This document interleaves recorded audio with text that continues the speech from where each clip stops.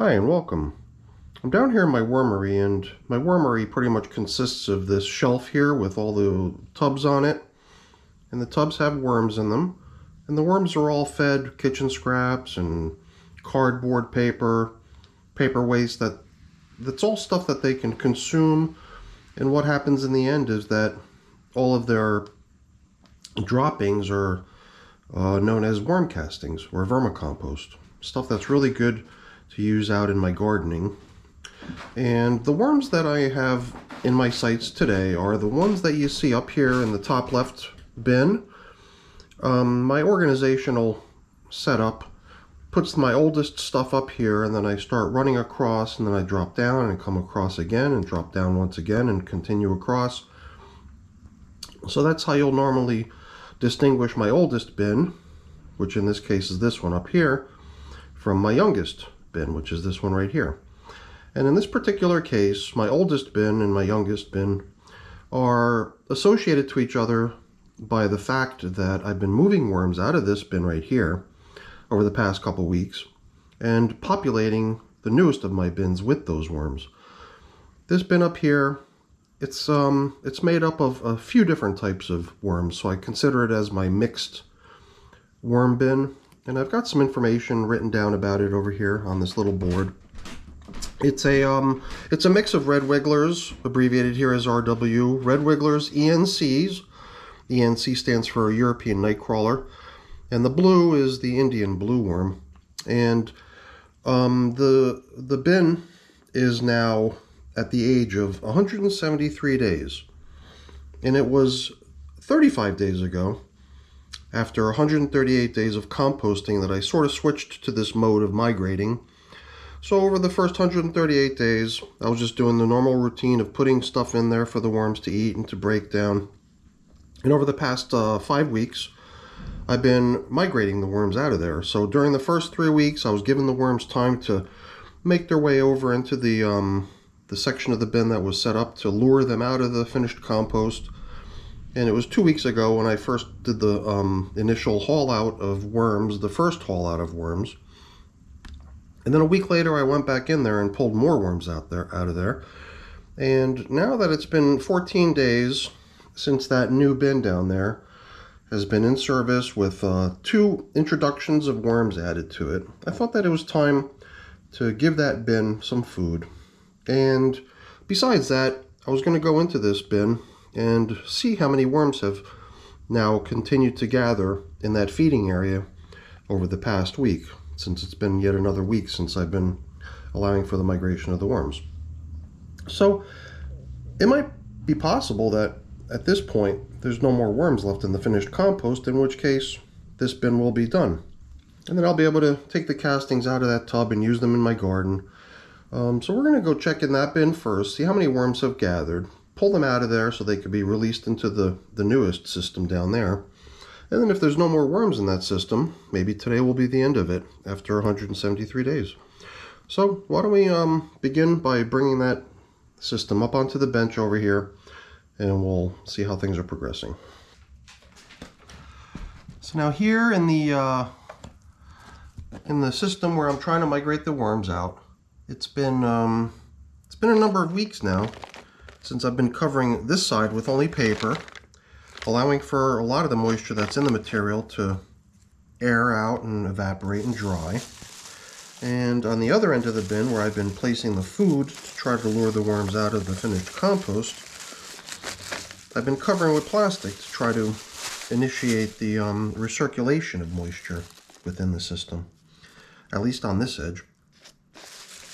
And by doing so, we're not only luring the worms out of the material with food and moisture, we're in a way also repelling them out of the finished compost by giving that stuff a chance to dry and become less and less hospitable for the worms to remain in.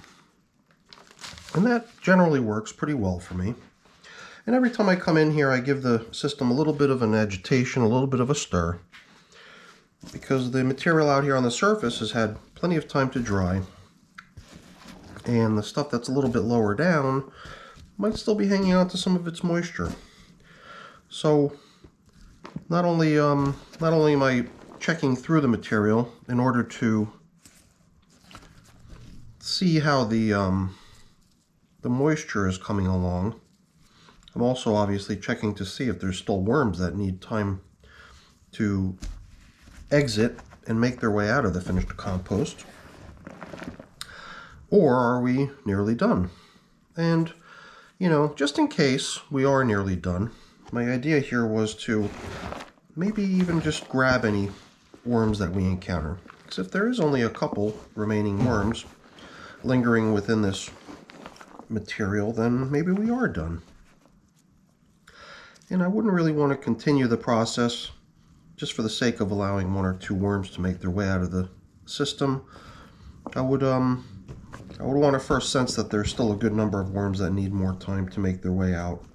Or possibly the presence of a lot of baby worms that might have just started hatching within the material, because there is always that possibility that the material had might have had cocoons in it that need time to hatch and for the baby worms to make their way out. So I just saw, here we go, another worm over there. So I did not reset the food in this system last time. All I did was I just returned all of the uneaten bits that were still remaining after extracting the worms.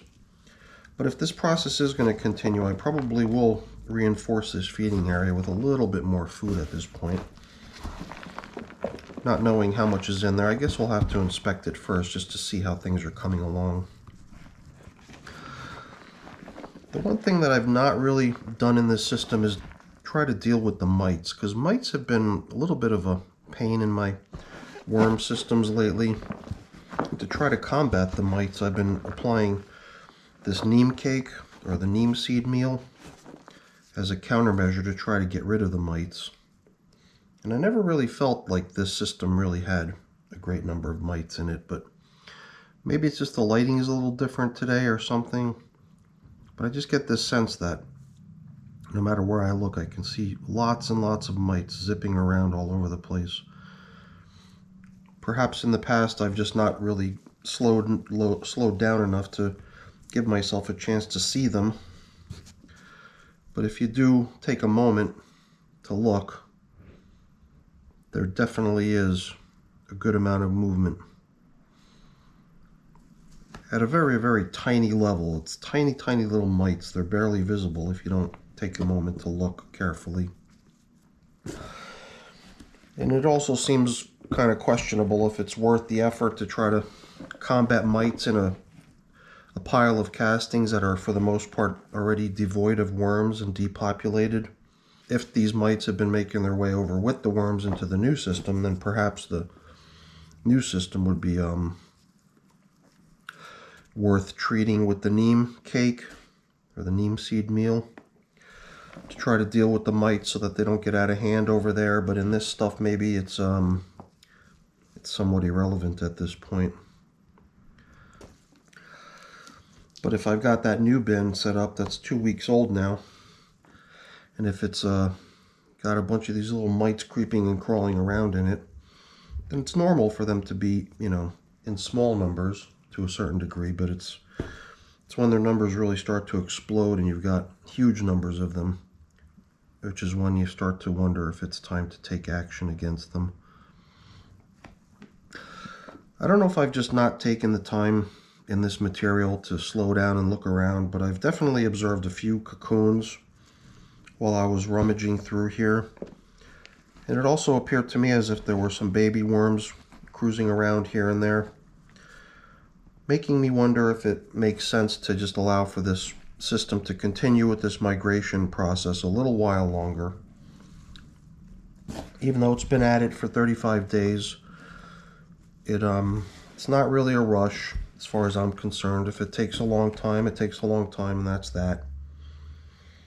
When you looked at my numbers, when I explained how this system had been composting for a period of time, and then I switched over to this migration process, migrating the worms out of the material, there was one intermediate process that I often do, but I skipped in this particular case, which is a process that I refer to as foraging, which means I give the worms a chance to kind of just make their way through the material and work down all the remaining little lingering bits of food scraps and stuff that might still be present within the bin before I try to initiate their movement out of the material.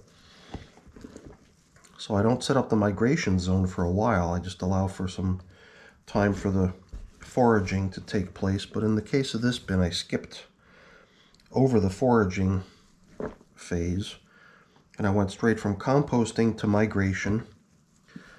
So that means that the material might still have good amounts of remaining food in it, whereas in most cases I'll try to reduce that by allowing the worms time to really break it all down thoroughly before I initiate their migration out of the material. And that made me think that it might require extra time for this material to be depopulated, since the material hadn't had a chance for the foraging to take place, and as a result the material would probably still have good amounts of lingering food supplies within it. So now you've definitely seen me scoop a couple worms out of this material, and it certainly wasn't many. So it kind of begs the question, why continue migrating if there's no worms left to migrate? And it kind of brings me back to that concept of maybe baby worms that I'm not seeing, maybe baby worms that are just so tiny that I'm totally missing them by not going slow enough to observe them.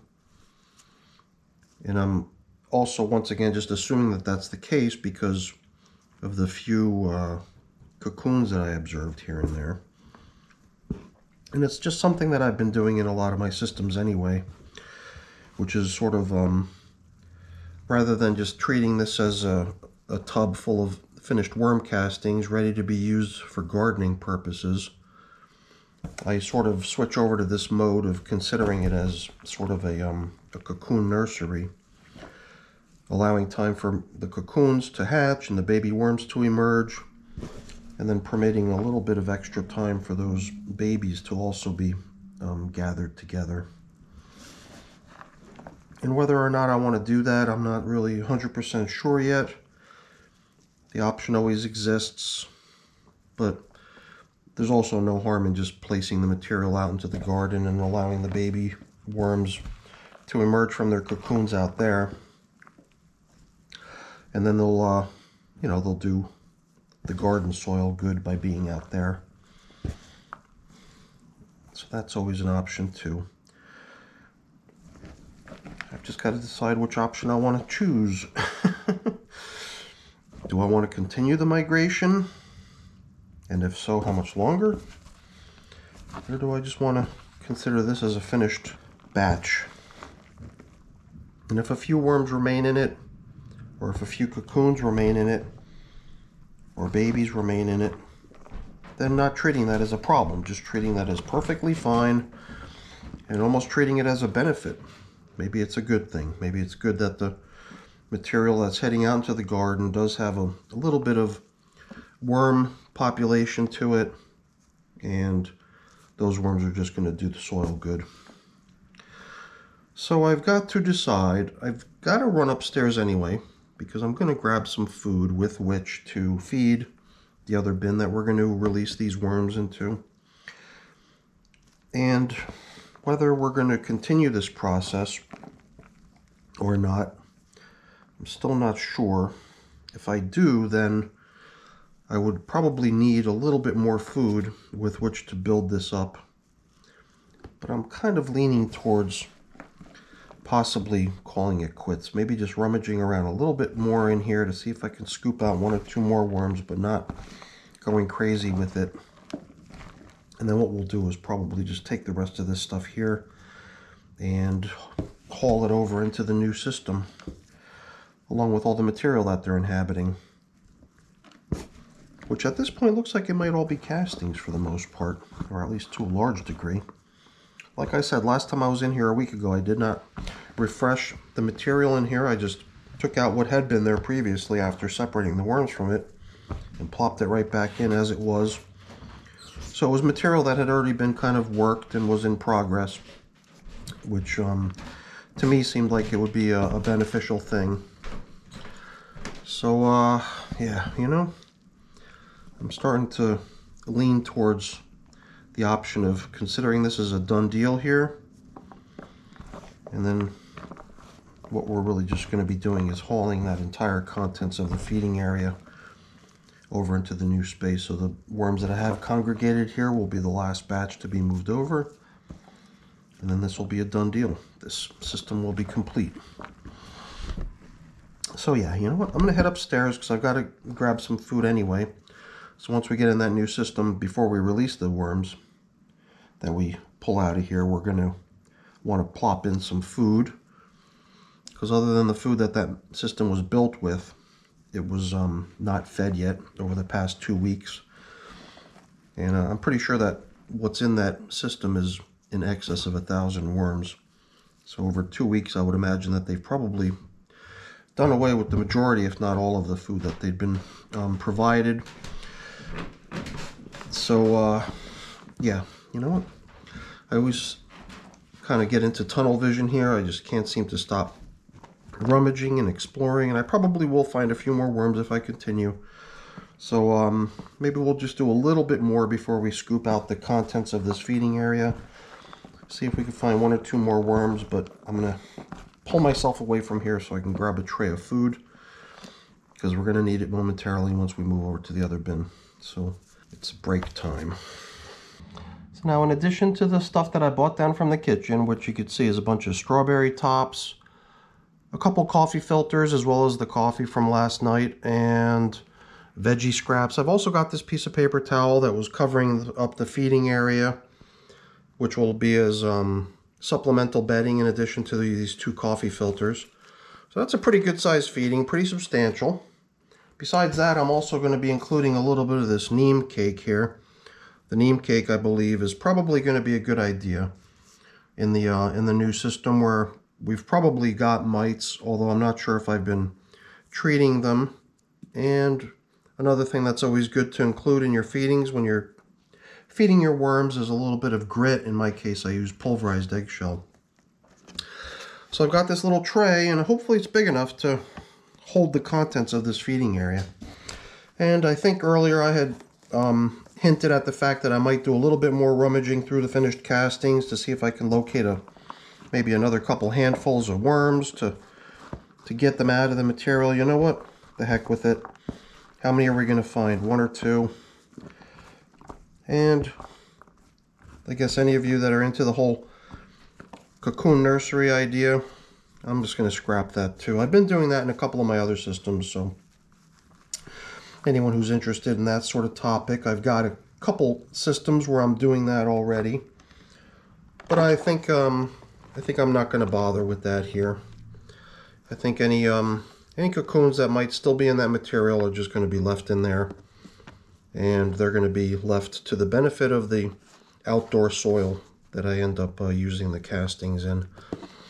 So usually I try to take this opportunity to get a sense of how many worms I'm dealing with here, especially when it's not going to be a nice clean release with, you know, worms only. Here the worms are definitely going to be mixed in with the material that they're inhabiting, so it might be a little bit more difficult to see them. So we'll do our best to try to get a glimpse of whatever worms we've managed to gather here on this final round of migrating worms out of the material. It does seem like we've managed to pull together another couple hundred. I always appreciate everyone's estimates. And people have always in the past provided fairly round numbers. You know, hey, I think you got 300, I think you got 400, I think you got 1,000, whatever the case may be. It's just funny because the most recent batch of suggestions on how many worms we've extracted in the last couple go-arounds included some fairly unusual numbers. 467, you know, I don't remember the exact numbers, but they were kind of comical numbers. But hey, if that's the number that pops into your head when you see what's going on here, then by all means, I want to hear it. Please let me know what you think. I think here too I've got one or two more. Here's another one. Here's another one. Here's yet another one. But I think we've more or less gotten them all. Well, let's not forget this guy. So, please let me know what you think. How many worms do you think we pulled out of here? We'll get one more look at them once we release them into the other system, which will come soon. But first we're going to apply food to the system, and we'll finish off by letting these guys loose. And then as far as this is concerned, we're going to treat this as a done deal. This is a finished batch of compost, which could probably just go right out into the garden as is. Oh, here we go. Here's another European nightcrawler. Pretty easy to distinguish from the other worms in the system because it's just so much larger than the red wigglers or the blue worms. And, you know, as long as I'm spotting worms, might as well extract them if we see them. So here's another one I just saw. I thought I saw another one too, but whatever. We'll just go through one final pass of the material, kind of shoving it over in the opposite direction. If we encounter any more worms, we'll extract them so that they don't get separated from their family, and then we'll be done. But yeah, I think we've done a pretty good job here, permitting time for the worms to exit the material, leaving pretty much nothing but finished castings behind. And it is gardening time now. It's that time of the season. I've got my whole garden planted. All my plants are in the soil now. So this stuff will come in pretty handy at some point as maybe a top dressing for those plants. So that's it. We're done here. Let's not prolong the process. I just sometimes can't seem to resist, but okay, that's it. We're done with this system. I guess until such a time that I've got a chance to use it out in the garden, I'll cover it up in such a way that it doesn't lose too much more of its moisture, because the stuff will dry out a little bit, although since it is castings do have a tendency to hang on to their moisture quite well. So that's not really much of a concern either. So let's go get the other bin that the worms are in and do a quick feeding, and we'll be able to release the worms that we gathered. Okay, so now here is the new 14-day-old system. And like I said, it's not yet received any food. This will be its first feeding since the worms were introduced. Although that's not entirely true in terms of not receiving any feedings. Like I mentioned earlier, there was food included in the build of the bin. So I always treat that food that's in there even prior to the worms being introduced as feeding number 1. So this will be feeding number 2 as far as overall feedings that the bin has received, but it's the first feeding since the worms were introduced. And it's a little different because I do usually build the bin in such a way that the food is scattered all over the bin throughout the material. So we probably won't expect to find any one concentration of worms. That'll happen after this first feeding, because when I feed, I usually just feed in one particular spot, and then that's where the worms all congregate to. That's where we usually see sort of a worm party. So in this bin, I would normally expect just to find kind of an even number of worms no matter where you look within the system. So right away, we're just, pulling back a little bit of the material from the top surface, and right away we're observing worms hanging right down below the top layer of leaves that were scattered across the top. The bin had been built mainly with pieces of like newspaper, like you see here, chunks of cardboard that you see out here on the edge. It had a very kind of unnatural feel to it, so I started scattering in leaves to give the material a little bit more of a natural appearance. I've got some more leaves that we can scatter in here if we wanted to. So maybe we'll just throw some on top as a little supplemental bedding after we feed. And then maybe that'll also kind of help with the boosting of the bedding material in the system. Although, you know, with this much paper and cardboard and stuff in this system, there's plenty of bedding in here already, so we don't have to worry about an absence of bedding in here. It's kind of cool. No matter where you look within the system, there's good numbers of worms hanging out pretty much everywhere. So I'm going to nudge things a little bit to the left and to the right and do what I normally do, which is open up a crevice down the center of the system to apply the food into. I just thought it'd be kind of cool to check out how the worms are doing in general in here. So I believe during the first 2 introductions of worms, all we really did was kind of drop the worms in and let them get situated, and that was that. So this is really the first opportunity I've had to sort of go, you know, exploring through the system to see how the worms are doing. They seem to be doing quite well. I always get this sense that even though it's a mixed environment of various types of worms, I get this sort of feeling like the blue worms are the predominant worm in this system. They just seem to outnumber the red wigglers and the European night crawlers.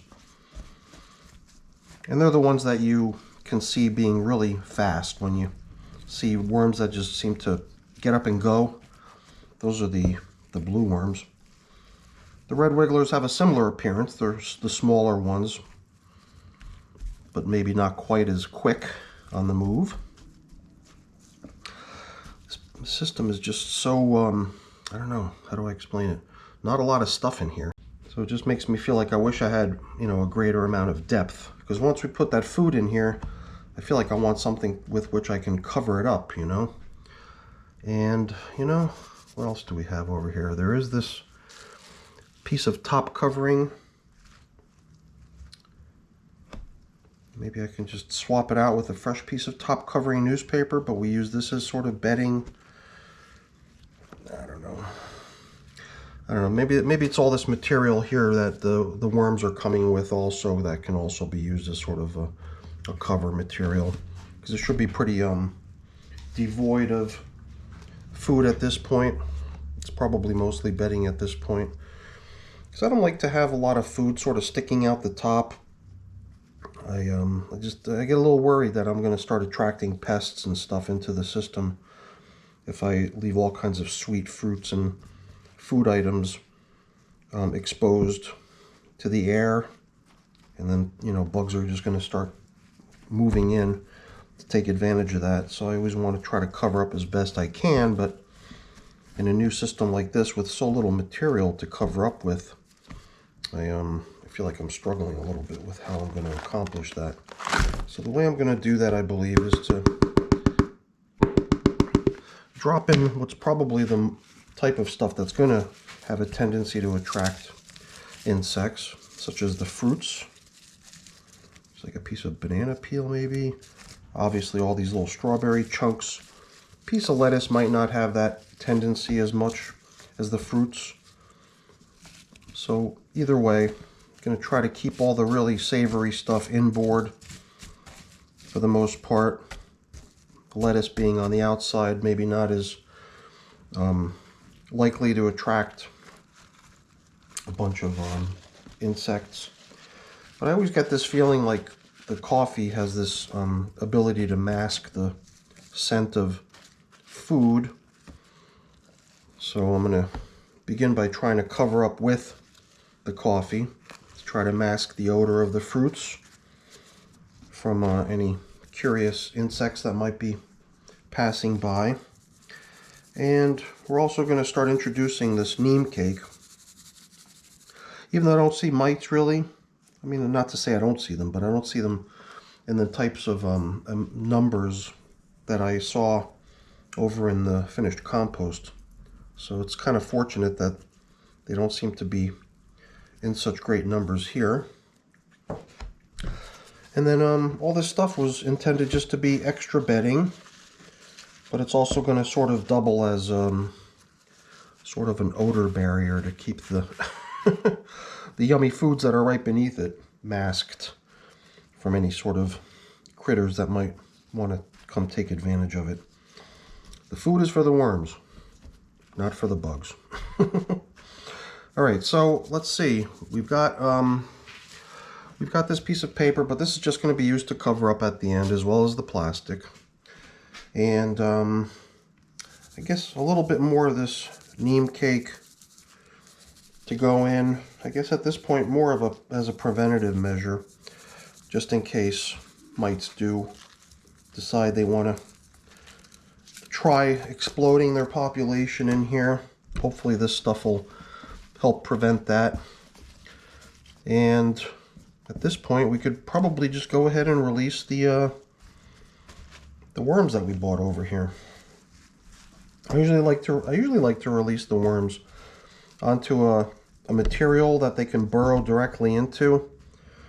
So in this case, they're going to have to kind of make their way off this piece of paper if we dump them in the middle. But that's fine, I don't care. Maybe I'll just spread it out a little bit so it doesn't take so long. But then again, since these are mainly the blue worms, which are kind of speedy, fast movers, shouldn't take them too long to clear out and to leave. The bright lights overhead and take cover. It's just that if they do try to go directly down, they're going to bump into that piece of paper towel. Then they'll have to find their way down. Although who knows, maybe the material that they're inhabiting is sufficient cover to keep them comfortable. Alright, this worm release doesn't seem as exciting as some of the ones that I've done in the past, but we'll give these guys a couple minutes to get situated, and then we'll be done here.